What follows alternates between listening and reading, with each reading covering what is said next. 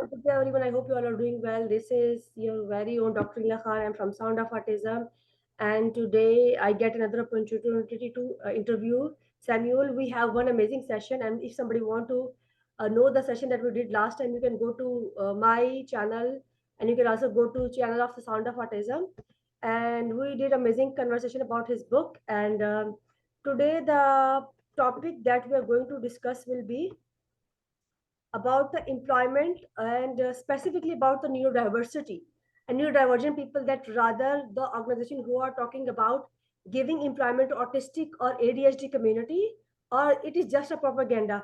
So thank you so much, Samuel, coming to us today. And how are you and how are you doing? I'm doing well, thank you. It's a pleasure to join you again. Yeah, thank you so much. I think we have very amazing conversation last time, and I get a very good response from that conversation, and that was a very intellectual conversation actually.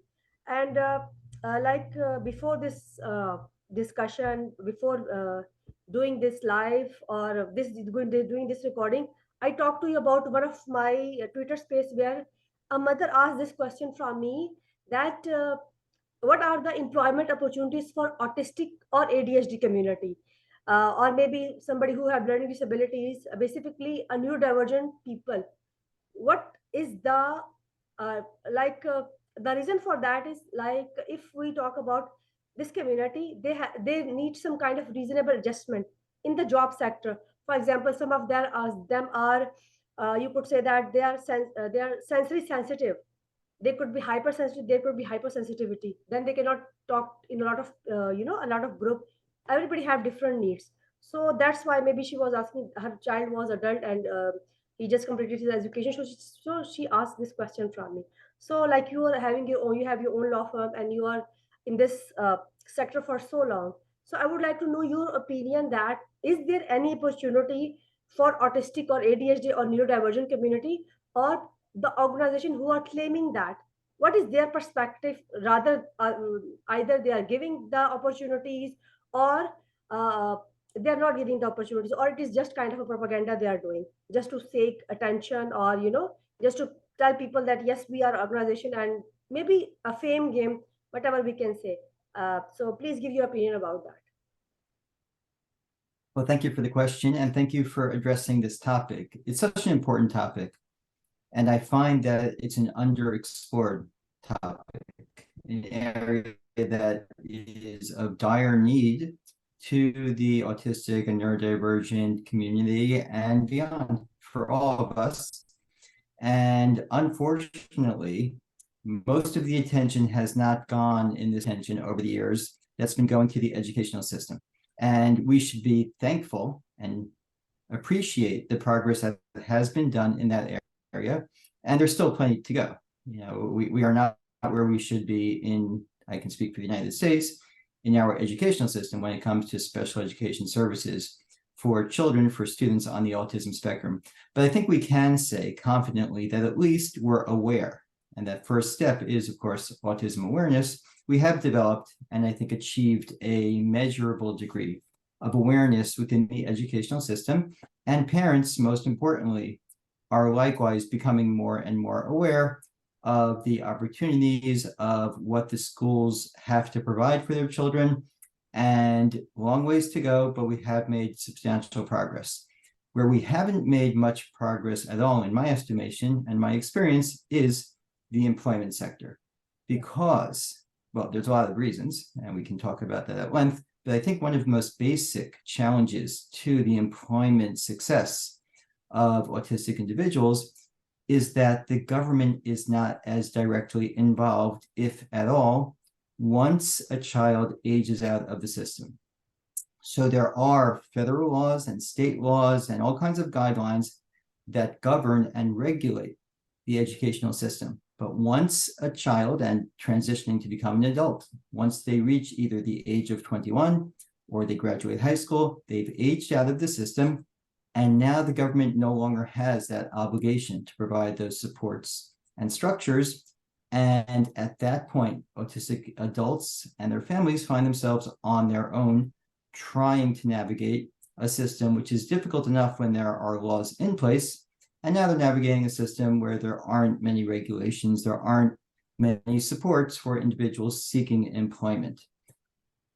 One of the primary challenges that I have seen for autistic individuals in obtaining employment, and we can talk more about, you alluded to in our discussion, our brief discussion before you started recording our conversation, about individuals who had lost their jobs. Yeah. But one of the barriers to entry when it comes to autistic and other neurodivergent individuals is the interview process, because the first point where the employer meets the candidate is typically the interview. Yeah. And that's a barrier to entry for many autistic individuals, because the interview process is designed to be something of an artificial conversation.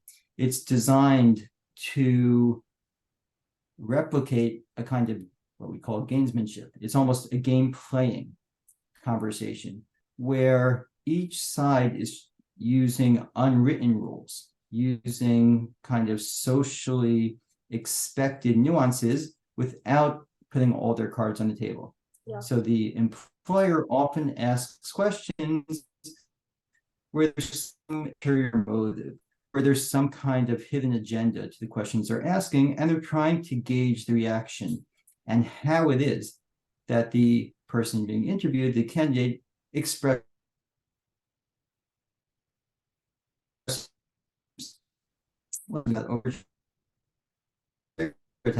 many of the story over and over again don't appreciate those type of games.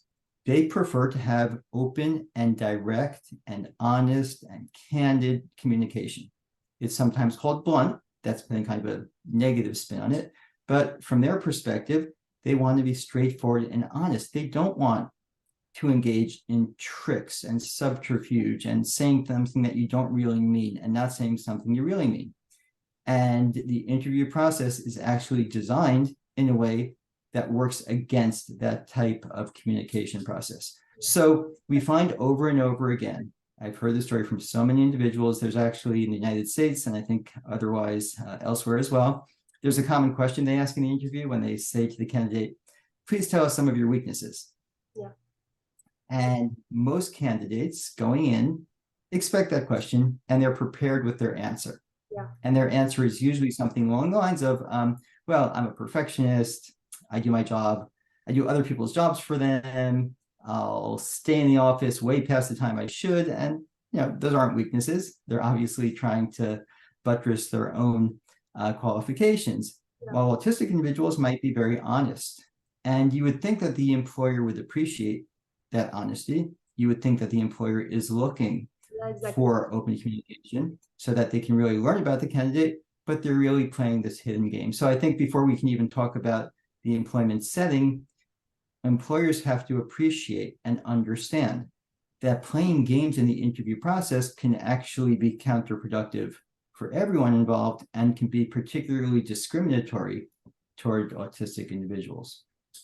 And if me from some time, you also have the idea that I'm also moderating a support group for autistic adults, and many of people told me that like they were very good in their job, and he said that some of person he's just writing a book also about the same experiences that he has in his life, that my organization did not needed a competent manager, because when you talk about the particularity that an autistic person have, some people cannot work up to that, and people don't want to maybe put more effort. And sometimes somebody told me once that there are people in the organization, if there are 10 people, there are 2 people who are doing the job of 100%, and rest of the people are just getting along with that.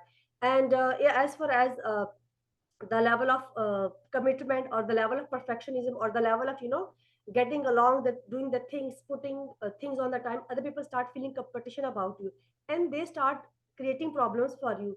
And that the organization politics and the tricks that you're talking about, sometimes get into that situation by yourself, and you didn't know that. Like sometimes I remember there was one situation where somebody asked me, there was a group of people, they asked me to do something about, and let's go and talk to the teacher about something. And when I went inside and when I looked back, there was nobody behind me. So teachers thought that it was only me who had that problem. The rest of the class was fine about it. And there are so many situations like that is happening with us. And it's not just about the interview process. It's about that when somebody find it out that they have autism or they are autistic or they are ADHD or they are neurodivergent, and they tell this to their organization, they lose their job. And when I told you about the recent influx of information where a lot of people lost their job, I knew so many people. Like if there are 10 autistic, 6 of them lost their job, and it was not because of that reason that they knew that they're autistic. The reason was that they were an easy target. They were such an easy target for them to get rid of those people just because of that. If a person is not feeling well and a person is not well prepared for extempore interview, or your for example, you plan one day that today I'm going to do this, and you know that it is very important for a neurodivergent person or maybe specifically for autistic person to have that routine. If the routine is gone, the executive function collapse all upside down, and it is kind of a panic situation, or it is kind of a sensory meltdown situation. And that is not playing very well. If somebody is going through some kind of sensory meltdown, you might have this idea already that the person can blast out of rage. He could do anything. He could maybe throw something, he could maybe hit something, hit somebody or something like that. It's not that autistic people are dangerous people. It is some kind of sensory overload that is affecting them. So just maybe they might be called as selfish, they might be called as very aggressive people. They might be called that they are not friendly, they are too straight. Like the day before yesterday, somebody told me that your face is so blank. The girl told me that her siblings are saying to her that your face is so blank. So it's not that it's blank, it's that the the look on her face is more objective. She cannot take that subjective perspective. So there's so many things, but we need to understand that when we are talking about the resources, the children, like there are a lot of pressure on schools to accommodate the children who are autistic or maybe ADHD. But do you think that? I don't think so that they have that much pressure on organization to accommodate those people in their employments, like in their job sectors. And many, like I remember one of my friend told me she was working in a mental as a mental health professional. She was working somewhere, and there people know about her that she is autistic. People know about her.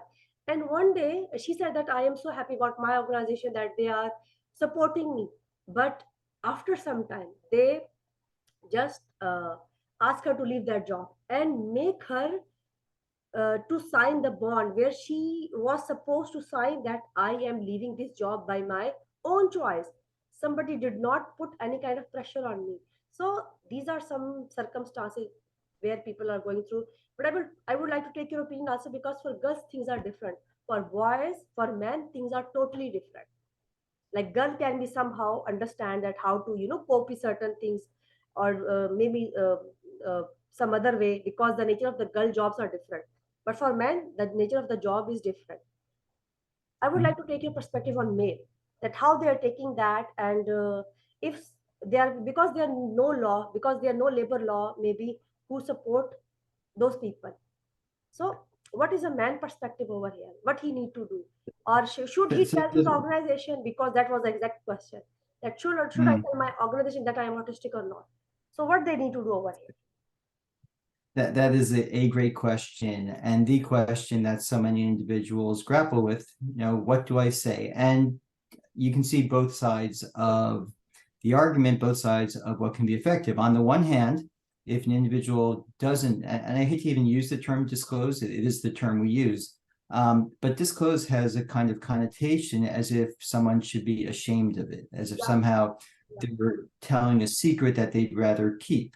And I think that's very telling, and really the basis of the challenges that we as a society are facing. The fact that we still have that stigma, the fact that someone feels as if they're embarrassed to say something about themselves that they shouldn't be embarrassed about. But we do have to deal with the current reality. Hopefully we'll overcome that part of that prejudice, that discrimination that we still have in society. But for now, that discrimination does exist and that stigma does exist. So it's a real question for individuals. And I believe that there is no one answer, one size fits all response to that question. I think each individual has to navigate the situation for themselves and determine what will be the best practice for themselves.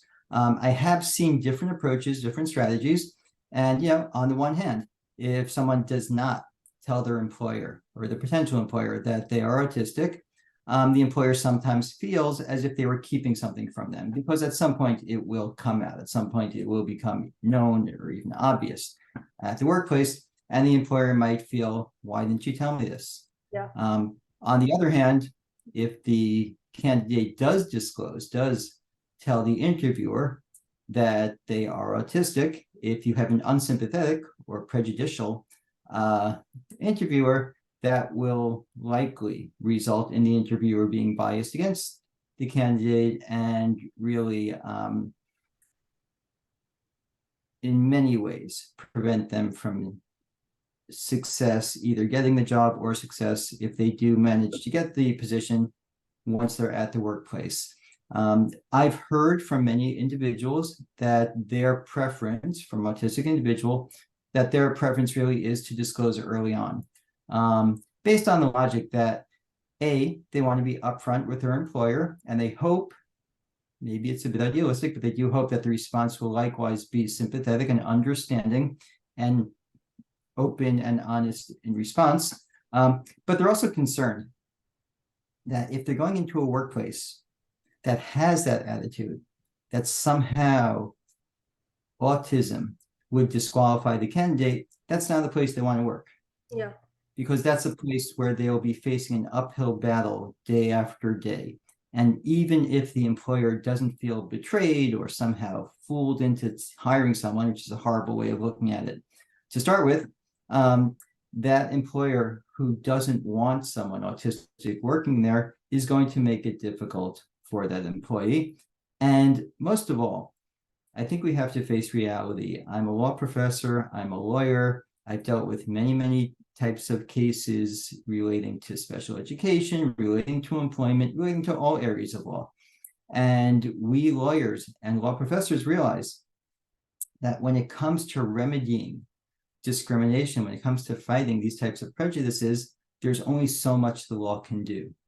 And that when it comes to the employment setting, if an employer wants to discriminate, they're often going to find ways to discriminate, even if it's not apparent to everyone. They'll find ways to target this individual. And if they're determined not to have someone autistic working at their workplace, if they are so insensitive and lacking empathy and understanding to autistic employees that they just can't handle having them at their workplace, they're probably going to find a way to fire them, and they'll find a pretext or a pretense for why it is they don't want them working there. Okay, I would like to know something over here too.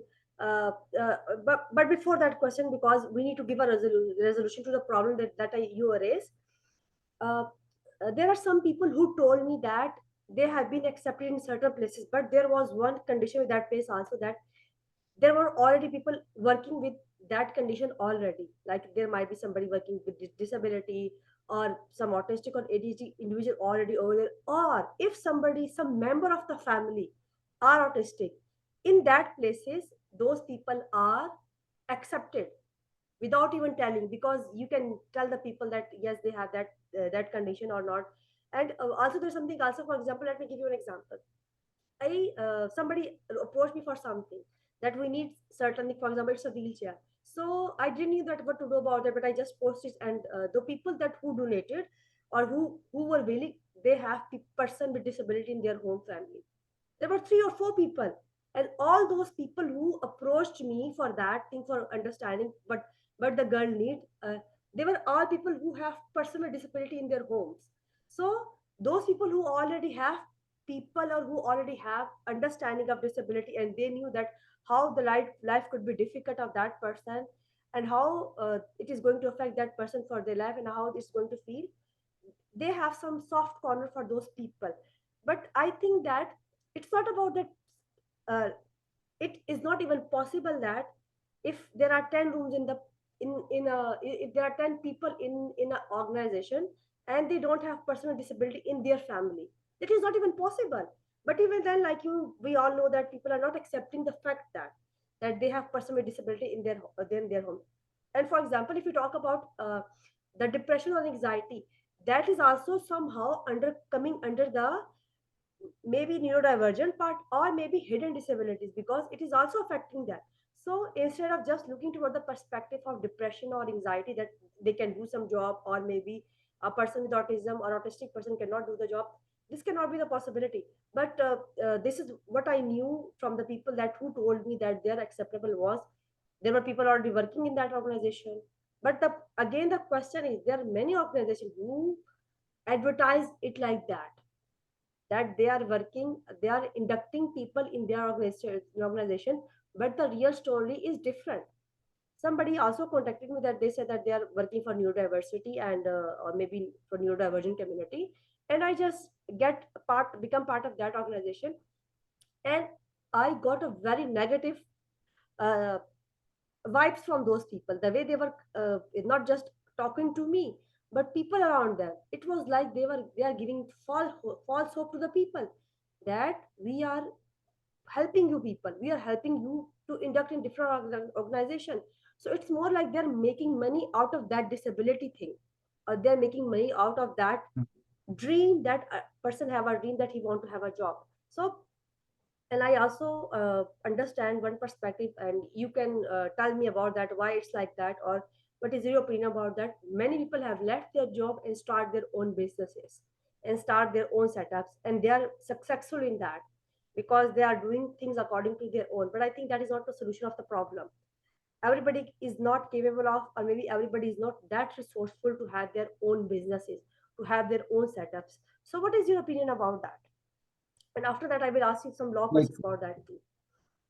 I think it's an excellent point. And I have studied a number of different autism employment programs and so-called, neurodiversity at work type programs. And I think you're exactly right.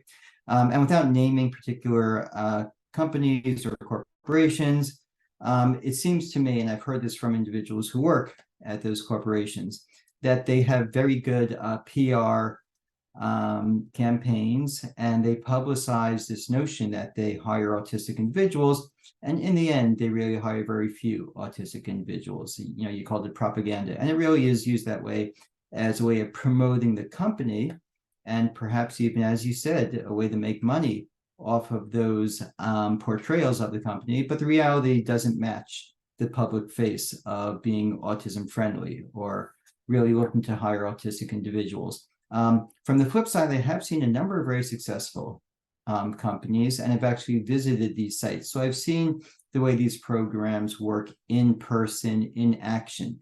So I would like to suggest that there are a few elements that contribute to a successful autism employment program. And most of all, to me, the most basic fundamental element and component that can lead to success is not the law, is not saying that we need to do this because the law requires it. And it's also not to say we're going to help you out, because most businesses are relatively small businesses. Most businesses have to think about the business success of their corporation, of their company. And they're not in business to give charity. Charity is a wonderful thing, and hopefully they do. Not running a company for the purposes of charity. So I think one of the problems that we often see is that the employer thinks of the employee as they reluctantly, or maybe idealistically, are willing to give that person a job. And in my experience, that usually does not end well, because what ultimately happens in most cases is the employer, or the fellow employees in particular, begin to resent the autistic individual who's being given a job as a favor, who's being given a job as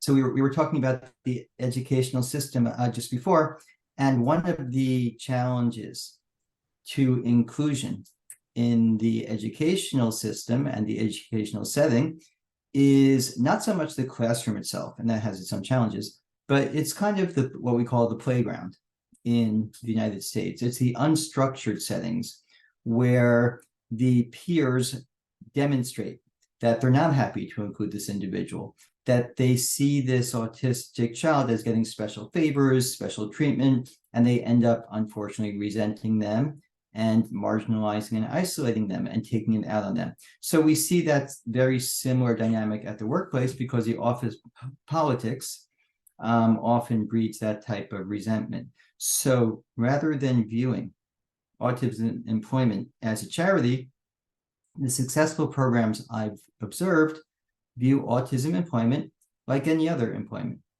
as a serious, sincere effort to recruit individuals who can do the job. And that really responds to a lot of the challenges and a lot of the discrimination that autistic individuals face, because in the interview process, as you mentioned, the employer should not be looking for a campaign manager. The employer should not be looking for someone who can say things in a way that sounds good but isn't really good. I sometimes make the analogy and I draw the example of the presidential spokesperson. Here in the United States, we have the president, we have politicians, and then we have the people who speak on their behalf.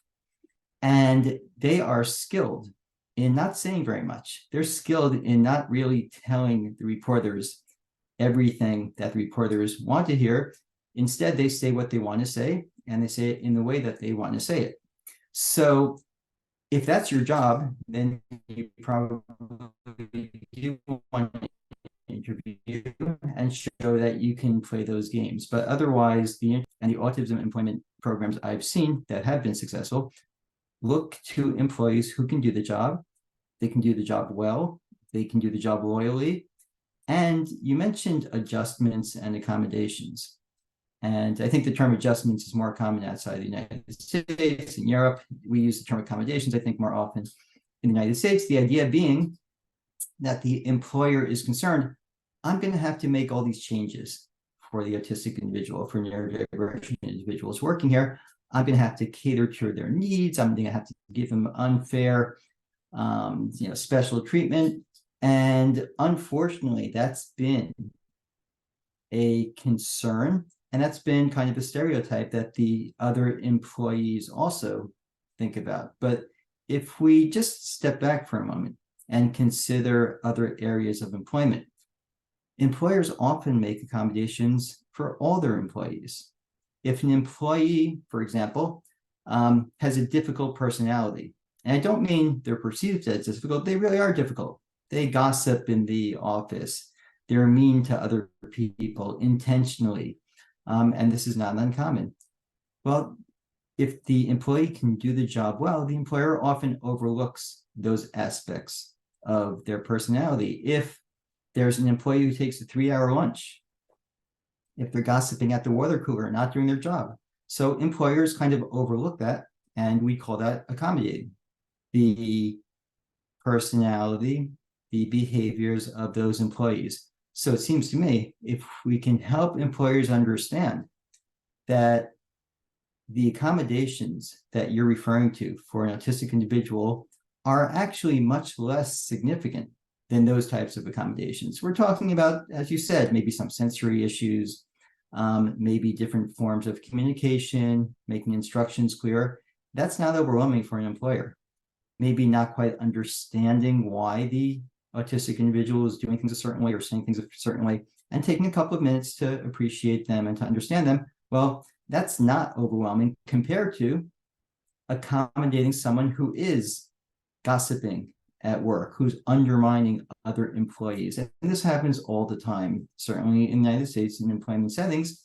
And employers don't routinely fire any employee that they find engaged in that behavior. They figure out a way to navigate that. They figure out a way to bring that employee within the broader structure of the company. And we expect the same when it comes to autistic employees.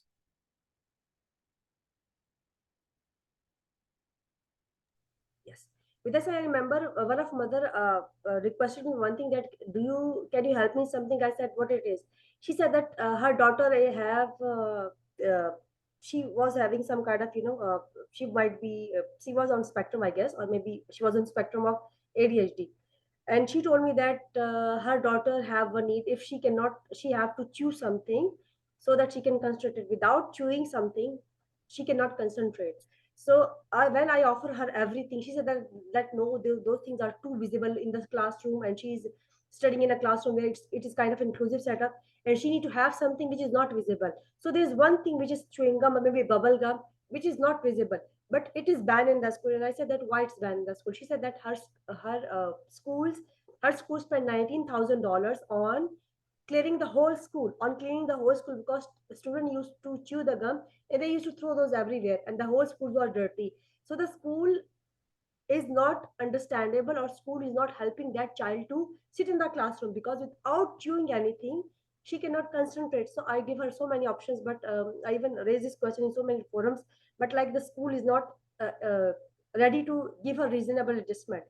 uh, so there, this was maybe a small need if she's chewing something. But for example, like it was not the rule in the class, and if like you said, that if they're giving one option to one person, but about the rest of the 99 kids in the classroom, and they used to say, this is what a lot of parents told me, that the statement is coming from the school or from the organization side, is they cannot change their rule for one person. They don't want to change one person. And like I told you, that the people that who are adjusting those individuals, they have family members in their community or in their household. That's why they are giving those adjustments. If you remember, like I told you, that you talk to cricket, do you know that the people that we are working with, those are the people who have autistic individual in their family. For example, if you are able to do something with police or with fire force, uh, the uh, the cricket husband is a policeman. So just because of his reference, and there was some other policeman whose son was also autistic, so they asked us to volunteer to develop us that program. So we slowly and gradually develop that program. Then we are working on community projects, and then we are working on how adults can live their life, how adults can have life skills. And there was this person in that community who have a son, but who have a building also. So with his son, he is going to give this building to the all adult people. So that's how he is helping his son, but he is also helping the community, the disabled community over there. Either it's ADHD, or either it's autistic, or either person with disability. So those people who have people, they are more kinder to the community. But what about those people who think that these children cannot bond in their community? And like I tell this to everyone, that do not think that you cannot have any kind of mental health issue in your life. That is yes for everyone. Everybody can have mental health problem in their life. Okay, if we talk about autism or ADHD, it might be uh, from childhood, but we have so many people. Like the last known age to me is 89 for the autism diagnosis. Somebody at the age of 89 got his autism diagnosis. So it means that there are so many people without diagnosis, and they live their life. So now, just because of the awareness that we do, just because the program that you are doing on daily on regular basis, and there are so many other amazing people who are doing and who are talking for awareness. So that is the reason that why people are understanding autism more, and they want to understand neurodivergent people more. They want to understand ADHD more.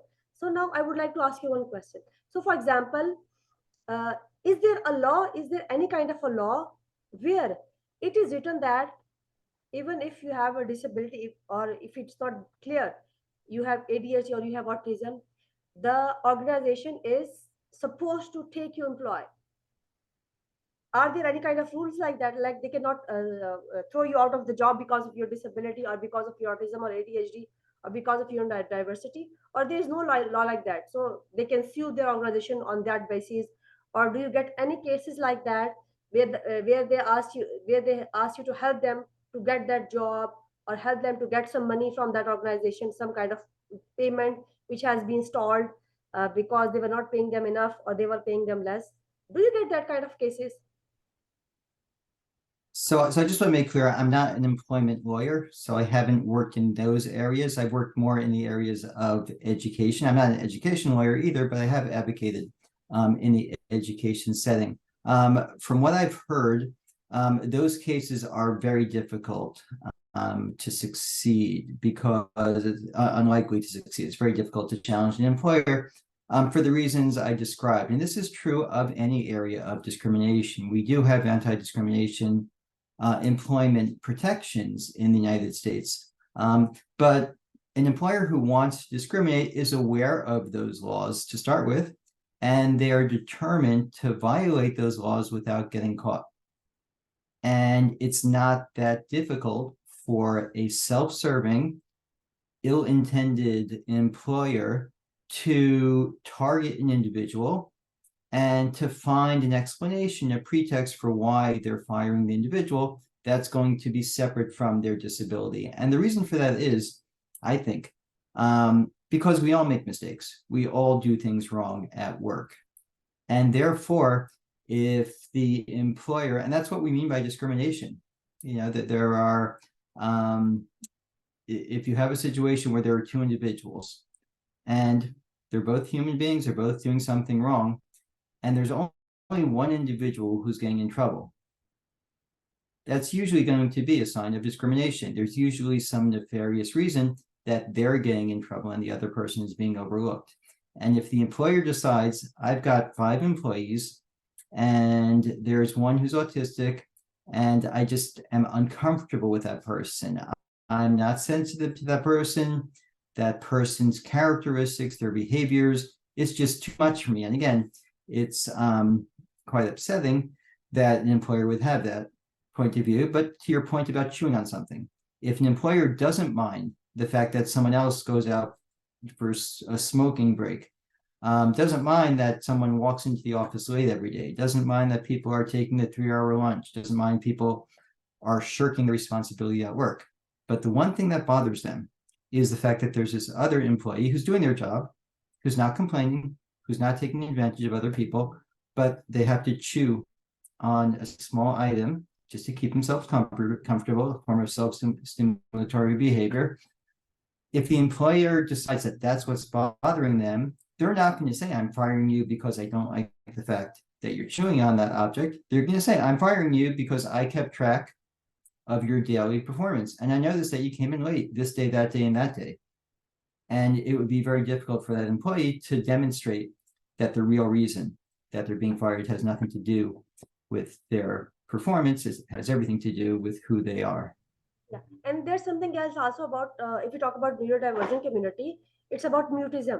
If a person is, presented that kind of situation, some random question, it's not easy to answer those questions because you're not prepared for it. Like you talk about the individual perspective that people are not prepared for random question, people are not prepared for trick question, so they are putting you in tricky situation where you cannot advocate for yourself, when you cannot talk for yourself, where you cannot give a reason that why what happened, because at that moment you're targeted and you are presented, or you have been presented a kind of a state where you have to respond immediately, which is not possible sometime because that trauma, fight, flight, freeze and fawn response. And this is the reason that a lot of people are not able to tell the truth, a lot of people are not able to advocate for them. I'm talking about neurodivergent people, and that is why people are taking advantage of those people. So it's not that they are lie, it's not that they are weak, they're not weak. That's how their nervous system works. The executive system part is a very tricky part. People don't understand that. People think that the person, if the person is quiet, it means it is a yes. It is not actually yes. That they are actually fighting with their executive system to give a proper response, because a lot of anxiety is going around them, and that is the reason people take advantage of those people. But like you said, that they're not many law, and they are because they are technical people, they have they have cunning, maybe cunning laws where they can use according to them, because there are a lot of laws who are more uh, which are helping the organization rather the employers. So at any time they can fire you without maybe giving you a proper notification, without maybe giving you proper things, but on your end you are supposed to give them a lot. And many people don't understand this fact that it is a job. They are giving their 100%, but they are so when they lose their job, they are very hurtful that we did a good in job and that was our whole life, and they don't understand that they are replaceable. Everybody is replaceable because it's a job. And the solution of this problem is not that everybody start doing their own setups. Like we told, like I told you before, I discussed this before, that everybody is not resourceful.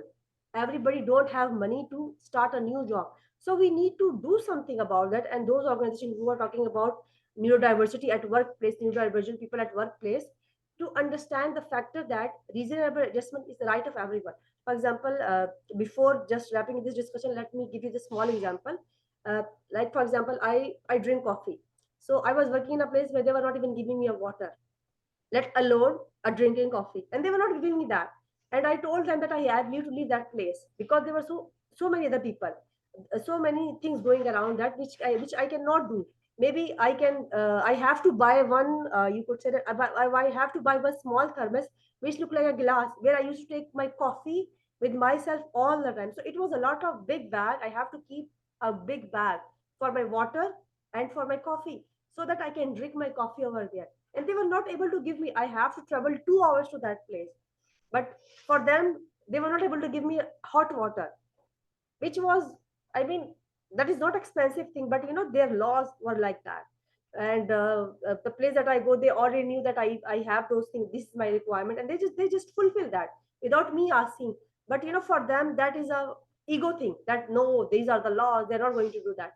And there are so many other needs of the people need to roam around, people need to have, like, there are some places where you can feel a kind of meltdown situation and you have to move from that place, but just because of law you cannot do that.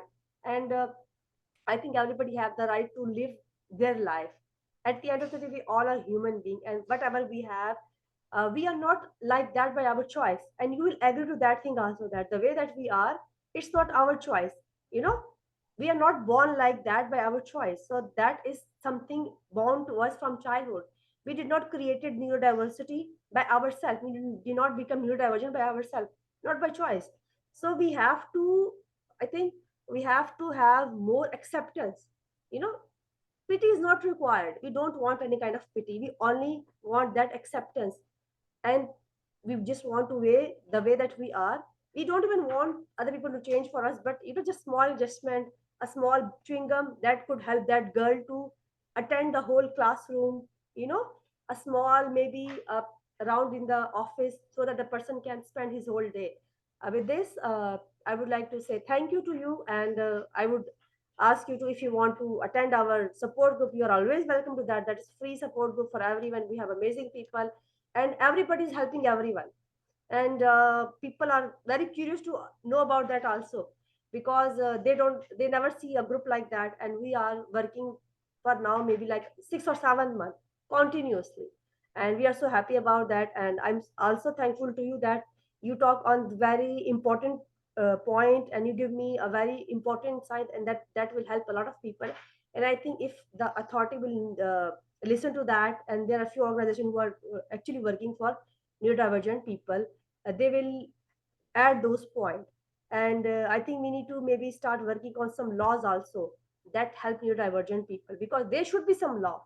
If there are laws that are protecting authority, if there are laws they are protecting citizen, if there are laws they are protecting human being and human rights, artistic rights are different than other those rights. I think we have to start doing something about that also, and we have to maybe reach to UN for those things. But I think we will go there.